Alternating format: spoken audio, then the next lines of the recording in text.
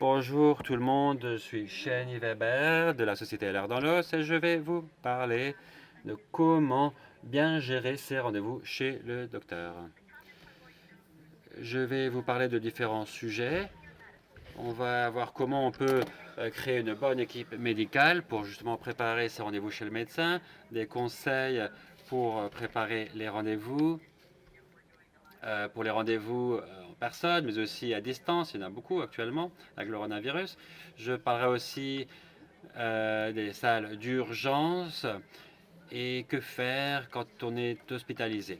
Finalement, je finirai avec les meilleures pratiques pour les patients. Commençons avec ce qui fait une équipe médicale. Qu'est-ce qu'une équipe médicale? Eh bien, il faut savoir qu'il n'y a pas un seul médecin ou un spécialiste qui puisse chercher les symptômes, traiter les symptômes qui sont provoqués par une maladie ou des comorbidités. Bien sûr, c'est difficile de tout savoir. C'est pour ça qu'on développe des équipes médicales avec les spécialistes appropriés pour les symptômes, les comorbidités que nous avons. C'est pour ça que l'équipe médicale sera différente en fonction des patients. La composition d'une équipe médicale, dans votre cas, sera peut-être différente à celle d'une autre personne qui a le syndrome d'Ehlers-Danlos. Nous aurons ainsi les spécialistes qu'il faut pour traiter nos symptômes. Vous êtes le capitaine de votre équipe médicale. Je sais que nous voulons tous trouver un médecin qui va organiser tout le reste de l'équipe médicale, qui va faire la liaison avec tous ces médecins, mais malheureusement, notre système sanitaire n'est pas préparé pour faire cela. C'est donc à nous d'être notre propre capitaine de l'équipe médicale. Vous êtes le membre le plus important de l'équipe, car c'est vous qui allez être impacté par les traitements que vous recevez ou vous ne recevez pas. C'est donc à vous de partager les informations avec chacun des médecins de votre équipe médicale pour savoir qu'est-ce qui vous arrive, mais aussi ce que font les autres médecins, ceux qui vont vous prescrire, ce qu'ils vous disent, les interventions par lesquelles vous avez passé avec les autres médecins. Donc finalement, gérer l'équipe de médecins pour que tous les médecins de l'équipe aient des informations à jour. Qu'est-ce qu'un bon médecin? Un bon médecin ou un bon docteur, c'est quelqu'un qui n'est pas forcément un expert en CED ou HSD. C'est quelqu'un qui veut apprendre.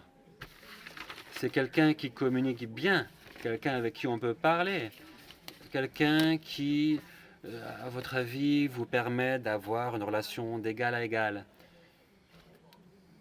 être sur un pied d'égalité. Vous voulez qu'un médecin puisse vous écouter, qu'il puisse résoudre les problèmes. C'est ce qui fait un bon médecin.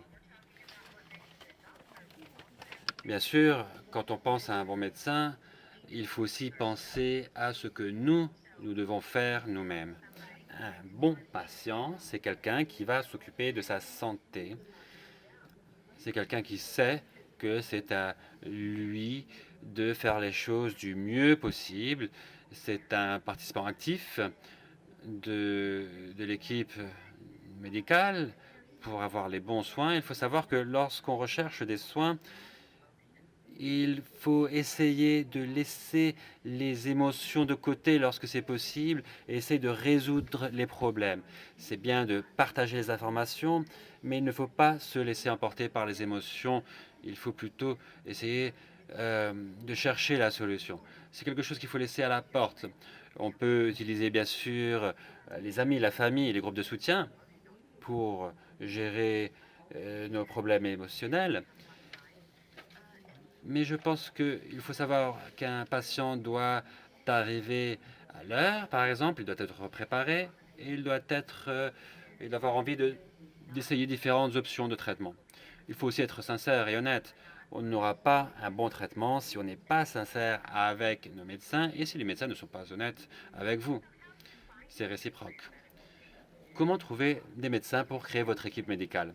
Bien sûr, vous pouvez avoir des recommandations de la part de votre famille, des amis, mais il faut savoir que des organisations comme la nôtre, la LR Download Society, constituent une très bonne ressource pour savoir qui nous pouvons avoir dans l'équipe médicale. Sur notre site web, nous avons un directoire auquel vous pouvez accéder.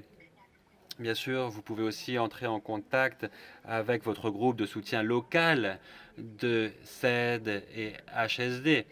Bien sûr, vous pourrez entrer en contact avec d'autres personnes qui ont la même maladie que vous, mais ces personnes sont souvent aussi la meilleure des ressources pour savoir qui sont les meilleurs médecins, qui aller voir et qui ne pas aller voir également. Puis ce sera à vous de décider qui entrera dans votre équipe médicale. Est-ce que ce médecin est prêt à en savoir davantage sur notre maladie? Est-ce qu'il est ouvert aux questions? Est-ce que vous pensez que vous pouvez entreprendre ce chemin ensemble? Est-ce que vous voulez donc avoir ce médecin dans votre équipe? Donc comment obtenir l'aide dont vous avez besoin? Eh bien, il faut avoir des attentes raisonnables, il faut récupérer des informations, définir un objectif, préparer un agenda pour votre rendez-vous et bien communiquer avec les médecins. Donc commençons avec des attentes raisonnables, avec cette partie des attentes raisonnables. J'ai ici des exemples d'attentes qui sont raisonnables et d'attentes qui ne sont pas raisonnables. Par exemple, si vous pensez que tous les médecins que vous allez voir seront experts en syndrome d'Ehlers dans l'os ou en troubles de l'hypermobilité, eh bien, ce n'est pas raisonnable. Peut-être qu'à un moment, on pourra améliorer la situation, mais ce n'est pas raisonnable. Ce qui est raisonnable, par contre, c'est de chercher un médecin qui veuille en savoir davantage sur le syndrome d'Ehlers dans l'os, qui soit curieux. Une attente qui n'est pas raisonnable, ce serait par exemple de penser que le médecin va réaliser des centaines de tests jusqu'à ce qu'on ait une réponse. Je ne sais pas combien d'entre vous êtes familiarisés avec une série d'il y a plusieurs années de Health, santé littéralement. Et c'était ça, un médecin qui réalisait tous les tests qui existent au monde jusqu'à ce qu'il arrivait à une réponse, à ce qui créait, ce qui provoquait les symptômes chez une personne. Mais ce n'est pas vraiment raisonnable. Il y a bien sûr des limitations dans la médecine moderne, il faut le savoir. Et une bonne approche, par contre, ça serait, alors peut-être pas d'être guéri tout de suite, mais plutôt des fois de gérer les symptômes que nous avons jusqu'à ce que nous ayons ce traitement, mais pouvoir vivre de la meilleure manière possible pendant ce temps. Il faut aussi avoir un objectif avant notre rendez-vous. Cet objectif, finalement, c'est pourquoi est-ce qu'on va aller voir ce médecin, pourquoi on a un rendez-vous avec ce médecin, pourquoi on cherche de l'aide. C'est à vous de déterminer cet objectif, c'est à vous de savoir ce que vous voulez.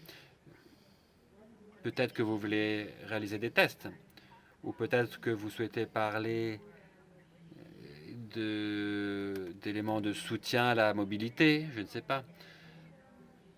Peut-être que vous souhaitez parler avec votre médecin des nouveaux symptômes que vous avez actuellement.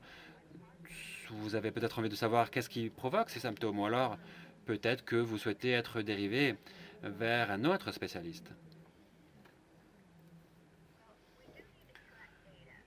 Nous avons des informations adéquates pour que vous et votre médecin sachiez quoi faire, notamment si votre objectif c'est de parler des nouveaux symptômes que vous avez.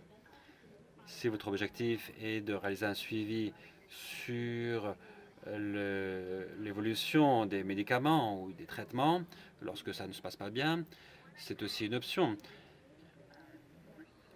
Donc on va dans ce cas-là voir quelle est l'évolution de nos douleurs, des symptômes, mais aussi des facteurs de déclenchement des symptômes. Est-ce que les symptômes sont activés parce que l'on mange? On va peut-être essayer de récupérer des informations sur la météo, des changements de pression atmosphérique ou d'humidité peuvent modifier nos symptômes. Ça peut être un temps chaud, un temps froid qui va nous aider ou nous faire mal, cela dépend. Donc il faut réfléchir à ces facteurs possibles de déclenchement et récupérer autant d'informations que possible. Cela va nous aider à savoir qu'est-ce qui déclenche nos symptômes. Il faut aussi prendre note des médicaments, des suppléments que nous prenons pour voir si ceux-ci nous aident et voir quelles sont les possibilités de traitement.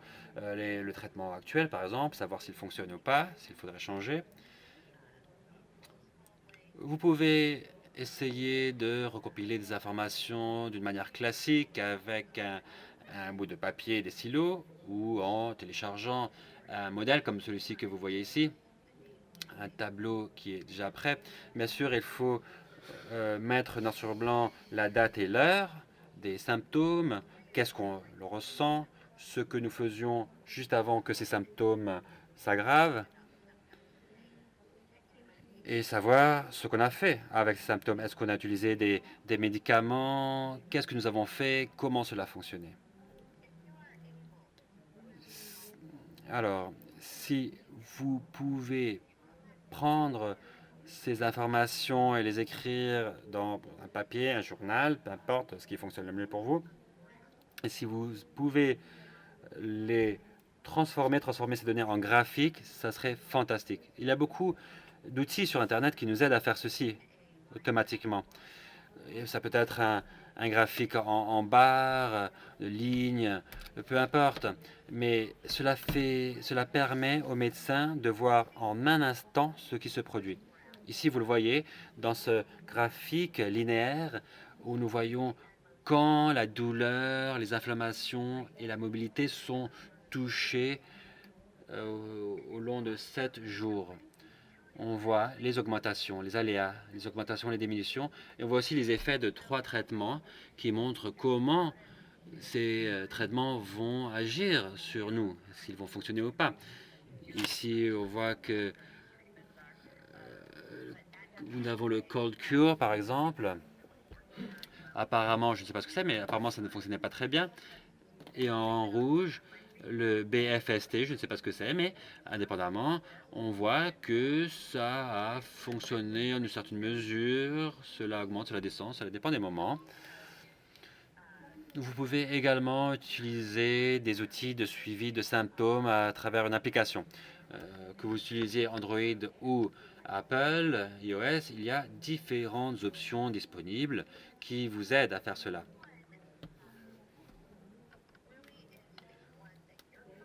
Vous allez essayer de voir quelle application est plus facile pour vous, mais il faut aussi voir les options que vous avez sur ces différentes applications. Par exemple, certains outils de suivi des douleurs nous permettent d'enregistrer les informations, les symptômes et les transformer en graphiques, comme on le disait avant.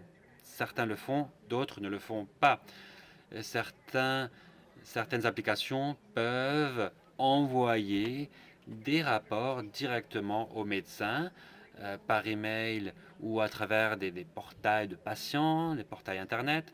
Ceci, bien sûr, vous fait aller plus vite, ça vous fait économiser des efforts. Donc, à vous de voir quelles sont les options les plus utiles pour vous et quelles sont les options qui vont vous aider à vous et à vos médecins de savoir qu'est-ce qui se passe, quels sont vos symptômes et quels sont les traitements qui fonctionnent le mieux. Avant chaque rendez-vous, il faut créer un agenda pour le rendez-vous, un agenda pour chaque rendez-vous.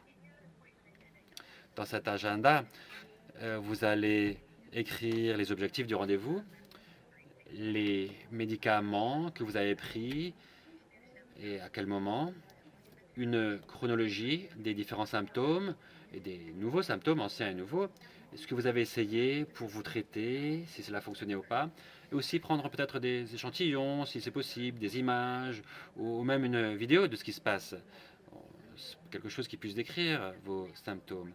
Ici, vous avez un exemple d'agenda de rendez-vous, c'est ce que vous créez avant d'aller au rendez-vous. Donc ici, vous verrez qu'on peut mettre la date, on peut inclure aussi les constantes vitales qui sont prises lors du rendez-vous. Est-ce qu'elles ont pris votre pression artérielle, votre fréquence cardiaque, peut-être aussi votre poids, peut-être qu'il y a d'autres éléments qui vont observer. Donc il est bon de les écrire noir sur blanc pour réaliser un suivi. On va vouloir écrire après l'objectif de la rendez-vous. Peut-être qu'on va vouloir réévaluer les possibles traitements pour les vertiges et les étourdissements. Je ne sais pas. On va pouvoir écrire après les diagnostics qu'on nous a donnés. Cette personne a un syndrome des leurs dans l'os et de l'arthrose, par exemple. On va voir aussi quels sont les médicaments et suppléments que nous pourrons prendre. La vitamine B3, je ne sais pas. Et on va voir quelles sont les nouveautés derrière, après le dernier rendez-vous. Il faudra noter que lorsqu'on écrit ce qu'il y a de nouveau, on n'écrit pas seulement... cette personne ici n'a pas écrit, elle a des étourdissements, elle a écrit la fréquence de ces étourdissements, ce qu'elle fait quand elle s'étourdit, combien de temps ça dure, et qui de l'équipe médicale est au courant de ces symptômes. Puis elle écrit les traitements essayés. Cette personne ici, elle prend une quantité de liquide, de mettre de mettre du sel sur les aliments, mais cela ne fonctionne pas. Donc on veut laisser de l'espace pour des notes et pouvoir écrire les questions que nous avons pour notre médecin. Il faut se limiter à 2-3 questions. Les rendez-vous en général ne sont pas longs, donc ce n'est pas le moment de poser des centaines de questions. Donc on va écrire les 2 ou 3 questions qui sont pour nous les plus importantes. Lors du rendez-vous, excusez-moi, je vais revenir en arrière. Pendant votre rendez-vous, vous allez remplir les espaces blancs. Donc, par exemple, le poids, en haut à droite, le poids, la pression artérielle, la fréquence cardiaque. Vous allez prendre note de ce que vous avez dit, de ce que le médecin vous a dit. Si vous avez des questions supplémentaires, vous pouvez les poser, bien sûr. S'il y a des questions qui apparaissent pendant votre conversation, pourquoi pas, d'accord? Mais veuillez vous assurer que vous fournissez une copie de votre agenda de rendez-vous au médecin pour que eux puissent aussi jeter un coup d'œil en même temps que vous. Avec la médecine à distance, la télémédecine, ça peut impliquer de les envoyer à l'avance ou de les partager à travers un portail du patient. Il est intéressant en tout cas que les médecins disposent d'une copie.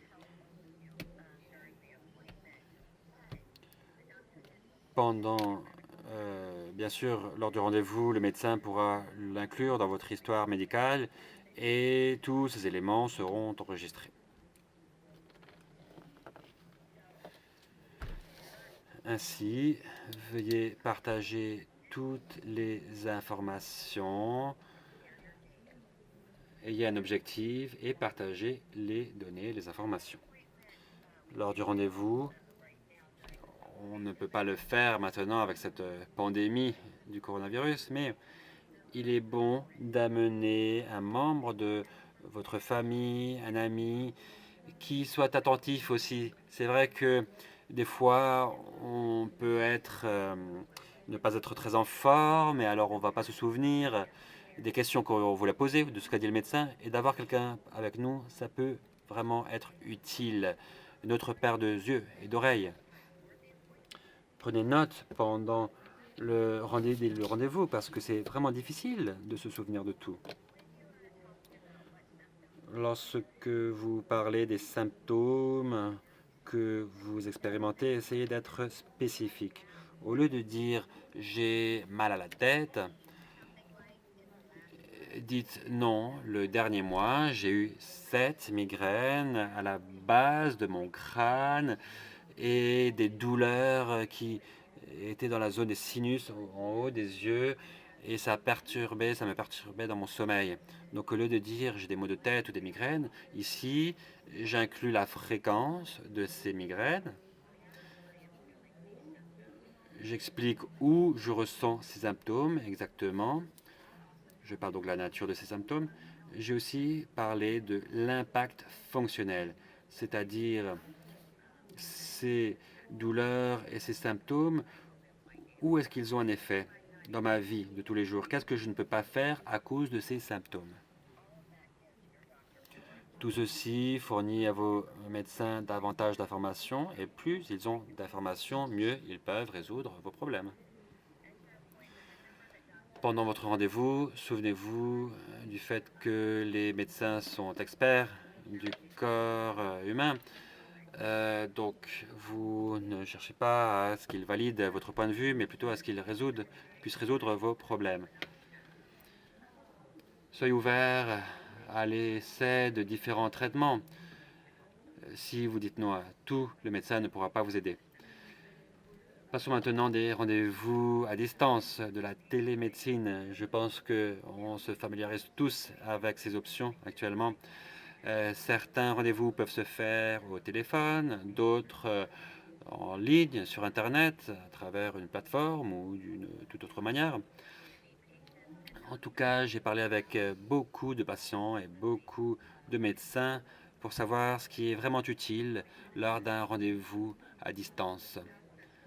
Beaucoup de médecins parlent de difficultés pour réaliser des examens sur les patients. C'est possible d'un point de vue technique, mais cela reste difficile. Donc finalement, ces types de rendez-vous sont bons pour parler de ce qui se passe, pour que ce soit documenté. Bien sûr, nous parlons donc de récupérer, recompiler des informations, de les transformer en graphiques, en rapports. On parlait des agendas aussi des rendez-vous, donc tout ce dont on parle pour avoir des rendez-vous efficaces, eh bien, c'est quelque chose qu'on peut utiliser pour les rendez-vous à distance, pour la télémédecine. Parlons rapidement des salles d'urgence. Leur rôle, c'est de stabiliser les patients. Pourquoi? Cela permet de renvoyer les médecins à leur médecin traitant ou d'admettre les patients dans les hôpitaux.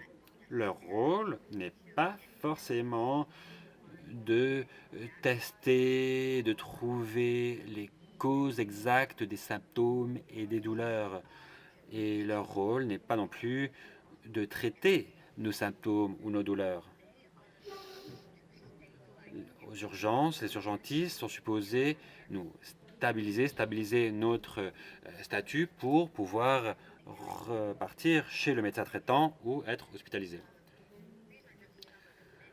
Donc voilà beaucoup d'exemples des symptômes que l'on a en allant aux urgences. Si vous avez des douleurs thoraciques avec des vomissements ou vous vous sentez essoufflé, ou si vous avez des douleurs abdominales, thoraciques, pelviennes, des saignements qui ne sont pas pour lesquels vous n'avez pas d'explication, si vous avez des difficultés respiratoires, de circulation, des difficultés pour parler, une paralysie partielle, évidemment, allez aux urgences. C'est sûr, bien sûr, allez-y. Mais il y a souvent des situations où il n'est pas nécessaire d'aller aux urgences. Des fois, vous pouvez attendre pour parler des symptômes avec votre médecin traitant. Si vous savez quel est le problème, mais vous voulez qu'aux urgences, il vous donne des médicaments, ce n'est peut-être pas une bonne raison pour aller en salle d'urgence. Si votre médecin ne peut pas comprendre vos symptômes et vous pensez qu'il y aura aux urgences un Dr House qui va faire des centaines de tests et qui va vous aider, je suis désolé de vous dire que ça ne va pas se produire. Donc là encore une fois, ce n'est pas une bonne raison pour aller aux urgences. Et après, il y a autre chose que je vois fréquemment. Si vous demandez dans les réseaux sociaux, est-ce que je devrais aller aux urgences? Eh bien, cela veut sûrement dire que vous pouvez attendre et en parler avec votre médecin traitant. Par contre, si vous êtes admis à l'hôpital, à ce moment-là, assurez-vous de ramener votre liste des médicaments, des médecins à contacter, de votre histoire médicale, vos chirurgies passées, et ramenez un ami ou un membre de votre famille avec vous. Je sais que actuellement, ce n'est pas possible dans la plupart des cas, mais quand ça le sera, n'hésitez pas. Essayez d'avoir des choses qui vous plaisent, que vous puissiez ramener avec vous pour votre séjour à l'hôpital. Par exemple, ramener un livre ou des choses, des passe-temps. Ramener des vêtements confortables, un oreiller, les informations de votre assurance, un contact d'urgence et surtout, le plus important, votre chargeur du smartphone. Tout le monde ramène son téléphone portable, mais oublie le chargeur. Il faut s'assurer que nous avons des tests réguliers, qu'il va y avoir un suivi. Il ne faut pas assumer que tous les symptômes sont dus au syndrome d'Ehlers dans l'os. On assume souvent, tiens, c'est mon CED qui s'aggrave, c'est juste mon CED. Mais non, il y a beaucoup d'exemples chez les personnes qui ont le CED qui pensaient que c'était un symptôme dû au syndrome d'Ehlers dans l'os, mais au moment où ils sont allés voir un médecin pour comprendre ce qui se passait, ils étaient diagnostiqués d'un cancer au stade 3. Donc, il est très important de ne pas assumer que tout est dû au syndrome d'Ehlers dans l'os. Il faut faire des tests médicaux réguliers. Attention aux signes qui nous disent qu'il faut faire attention. Lorsque nous parlons au médecin, si vous voyez qu'il ne communique pas bien avec vous, ou une attitude un peu paternaliste, n'arrive pas à répondre à vos questions, ou ils ne veulent pas parler des possibles traitements, ils ne respectent pas votre temps, ce sont des signaux qui nous disent qu'il faut peut-être changer de médecin. Attention, ça peut être aussi des signaux d'alerte pour les patients. Ce sont des comportements que nous ne voulons pas avoir nous-mêmes. Nous ne voulons pas avoir ceci chez nos médecins et nous ne devons pas non plus avoir ce type de comportement. Il y a beaucoup de conseils que nous pouvons donner aux patients en termes de meilleures pratiques.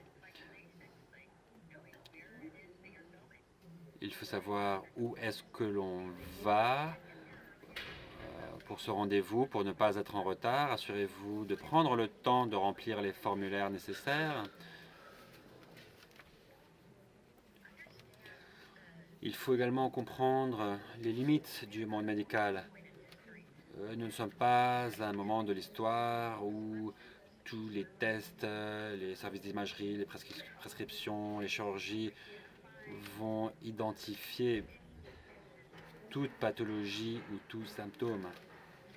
Par contre, ce qu'on peut attendre, c'est de bien pouvoir gérer le symptôme de la meilleure manière possible. Et bien sûr, assurez-vous de dire merci à tous ceux qui essaient de vous aider. Les médecins, les infirmiers, le personnel qui va vous assister. Assurez-vous d'être sincère concernant la prise des médicaments. Soyez sincère quand vous décrivez ce qui vous arrive.